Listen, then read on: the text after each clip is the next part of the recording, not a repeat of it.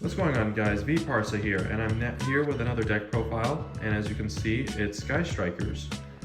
So profiling Sky Strikers right now is a bit funny to me because before playing this deck, I played Attic Nisters, and before playing Attic Nisters, I played Sky Strikers. I chose to play Attic Nisters because I needed to change in pace from Sky Strikers, and now I'm playing Sky Strikers because I needed to change in pace from Attic Nisters. Now don't get me wrong, Attic Nisters are still a great deck, and if you haven't already checked out my deck profile and the duels, I'm going to link the playlist down below. But I just wanted to try playing a deck that doesn't automatically lose to having your normal summon interrupted, and Sky Strikers are pretty good against disruptions. They're not as fragile. Not as powerful, but not as fragile either. So I've gone 13-3 with this deck from the past 4 locals I've been to, and if this was football, that's good enough to win the division and get the first seed. So since I've done so well, I figured I should go ahead and profile it. And one other reason I decided to play Sky Strikers was because it's very good against DPE, with everyone flocking to it. Speaking of which, I'm not playing DPE. You should know that because you clicked on the deck profile and it was in the title. But in case you didn't read, because Yu-Gi-Oh players can't read, I'll say it again. This does not have Destiny Hero Destroyer Phoenix Enforcer in here. I'm not playing that package for 3 reasons. Number 1 is because I feel like that engine obviously has bricks, and Sky Strikers is crippled. Okay, you obviously, engage is limited, multi-roll is limited, Hornet Drones is limited. So I feel like this deck can't afford to play bricks. Now, I personally just don't like playing bricks to begin with, but especially in Sky Strikers when it's crippled. Other decks can afford to play it because they're not crippled and they can do well with it. But Sky Strikers, you need every card in your hand to be live. And I can just see situations where I might open up Fusion Destiny and a Fusion material, and I activate Fusion Destiny, and then that Fusion Destiny gets ashed, and I'm essentially playing 3 cards to my opponent's 5 cards when he or she draws for turn. Other decks can make use of those 3 cards, but Sky Strikers, I feel like you need a full 5-card hand to play. The second reason I'm not playing it is because, at the end of the day, Sky Strikers, their win condition is always going to be control and card advantage. And if, despite playing, triple copies of Pot of Prosperity, despite playing triple copies of Fusion Destiny, and despite playing, some people even play 1 to 2 extra copies of Rose to make Verte Anaconda, despite all those cards, there's going to be moments you don't see the DPE package. And when you don't, you're just playing a very lackluster control deck. So I'd rather do one thing 100% good as opposed to doing 2 things mediocre. And then the third reason is I just really wanted to show that Sky Strikers can be good without DPE, just because every single deck profile I've seen has DPE in it. So I kind of had a mission to show that Sky Strikers can be good without it, and I feel like I've accomplished that. Now, obviously these are just my opinions. Plenty of people are playing DPE and Strikers, and plenty of people are doing well with it. So I'm not trying to say you should never play it. It's just I personally don't want to play it. But without further ado, let's go ahead and get into the deck profile. Okay, so let's start with the monster count, and most of this deck is pretty basic. There's only, a few cards that you might want to change, but most of it is pretty standard. So obviously you're going to play 3 copies of your Ray, 1 copy of Rose, and that's it for the Striker cards. These cards are your starters, you want to see them, but I don't want to play 2 Rose. Before, I was playing more of a going second version of Striker. This is a going first version, and 2 Rose at the time was too bricky. I feel like 1 is fine. And then I just play 5 hand traps, 5 hand traps only. So 2 copies of Nibiru, and then 3 copies of Ash Blossom and Joyous Springs. So I kind of want to see Nibiru, but not too often, especially when it clogs your main monster zone. And Ash is just Ash. I might consider taking out Ash for something like Effect Veiler just because it's not a once per turn. But that's it for the monster count. Now let's get into the spells. So for the spell count, I figured I should go through the non-striker spells first.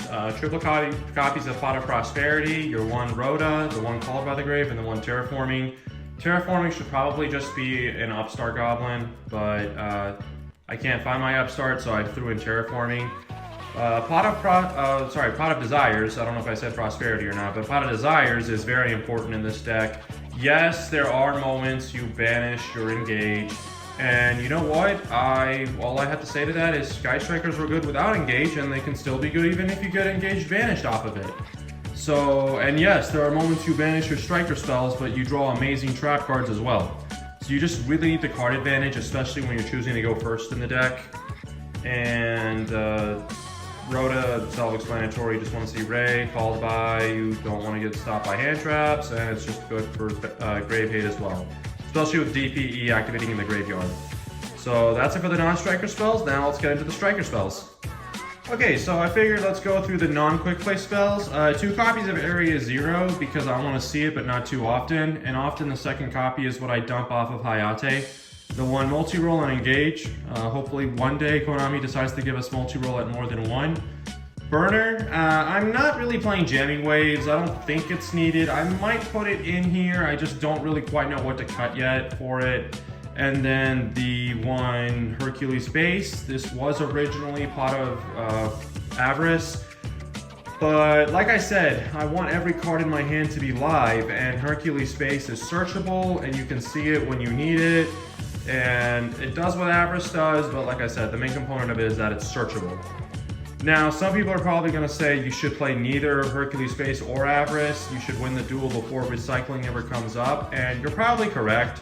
I'm just too stubborn to make that change for the time being. I just want some sense of security knowing that I can recycle my cards when I need to. And even if your opponent like turtles up, your Hercules Base is good to destroy those weaker monsters and draw additional cards. So it's definitely come up. I haven't had a situation where I've told myself I absolutely need to cut it. So now let's get into the quick play spells. So for the quick play spells, again, most of this is pretty standard. Triple copies of your best offensive and defensive card, Widow Anchor. Double copies of Shark Cannon. The one Eagle Booster, because every now and then you do want to protect your cards from being destroyed by card effects and stuff like that. And also, especially in the current format, with Flunderies playing the new spell card that basically is a Monarch Stormforth, you want to play Eagle Booster so your monster doesn't get tributed. And keep in mind that that card has to affect your monster to be able to tribute it. And then Hornet Drones, obviously, just to see more copies of, to see more starter cards. So Shark Cannon probably is the MVP. It's just not that good enough to bump at 3 quite yet, but especially in the format that's defined by DPE. You know, end phase, search it off of Shizuku, banish the DPE, or even summon it to your field and use it. If you draw it for your turn in the draw phase, you can activate it and make sure DPE doesn't hit the field on your turn. So I feel like Shark Cannon is the reason why Strikers have a great matchup against that card. So that's it for the spells, let's get into the traps. Okay, so part of the reason I'm not playing that many hand traps is because I feel like this particular format, hand traps are not that effective. And I'd rather just play more powerful trap cards. Yes, they're slower, but they have a higher impact. So I feel like the trade-off is worth it. There can only be one, clearly, because this format, we see so many decks of one type. I mean, Sword Soul are all worms. Phantom Knights, most of the package is all warriors. Even Flunderies, more rogue deck, is all winged beasts. Lyrilisk is all winged beasts. The only deck that it's kind of bad against is Dogmatica, Invoked, Winda Turbo. But, I mean, that's one matchup as opposed to 4 good matchups. You can always side it out when you need to. And Infinite Impermanence, clearly, because you need to be able to stop cards like Anti-Spell Fragrance or Imperial Order. Triple copies of Torrential Tribute, because again, very high impact. And you can always, you don't always have to combo Torrential with Eagle Booster to make your monster, to be able to not lose to it yourself. Because if you Torrential your opponent's extra monster, monster in the extra monster zone, keep in mind, Rose will summon herself to get your play started again next turn. But also, if Ray's on the field, you can respond to the summon by going Ray Chainlink 1, Torrential Chainlink 2. So the board gets cleared, and then the Striker Link hits the field. and then strike just to make sure torrential goes through. Strike particularly is not that great against Flunderies just because they can chain block it, but again, that's one matchup.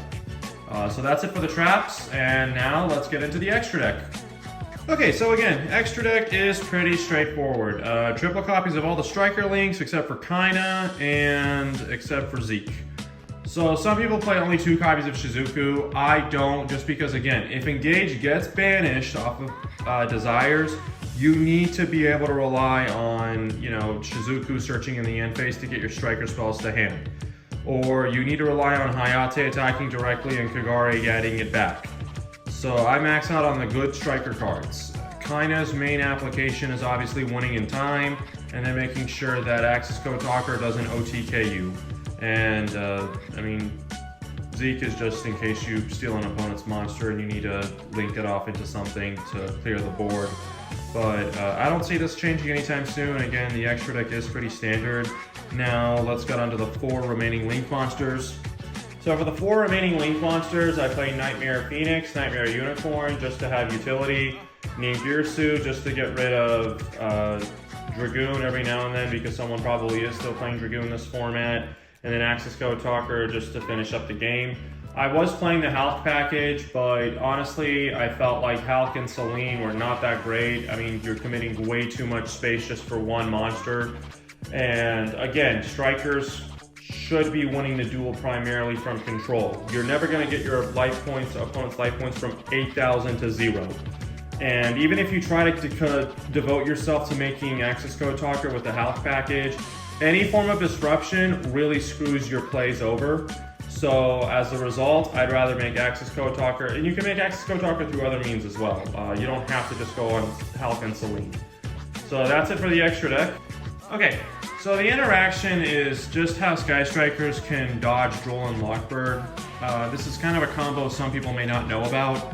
If you're an experienced Sky Striker player, you probably know about this. Otherwise, you probably don't know. So I'm going over it. So it requires you to have already used multi-roll's effect, okay? Where your opponent can't respond to the activation of your spell cards. So let's say you activate Engage and you've searched a card, and your opponent doesn't wait for you to use your player priority. They just immediately shotgun Droll and Lockbird. Well, in open game state, the turn player always has player priority to activate his or her quick effects before the opponent does. Now, under normal circumstances, they can just chain Droll and Lockbird to whatever you've activated. But if multi-roll's already active, then they can't respond to your activations. So once you've searched a card and your opponent's used Droll and Lockbird, you have every right to say, hold on, I have player priority, I'm choosing to use my quick play spell. Let's just say you have Widow Anchor. I'm going to chain Widow Anchor on either my monster or yours. And since multi-roll's active, you cannot chain Droll and Lockbird to my quick play spell. And by the time the chain has resolved with a quick play spell, the activation window for Droll and Lockbird has closed, and they can no longer Droll and Lockbird you. This play is 100% legal. If your opponent gave you free information, that's 100% his or her fault. You have every right to use your quick effects before your opponent does. Your opponent should always ask, are you going to respond to your own summon, then use Droll and Lockbird. If they don't ask that, that's their fault. Make them pay for it. So that's it for the deck profile, guys. Like I said, I've gone 13-3 with it. So take whatever opinions of mine you'd like, or change up whatever you don't like, and leave some comments below. Make sure you subscribe. Have a wonderful day.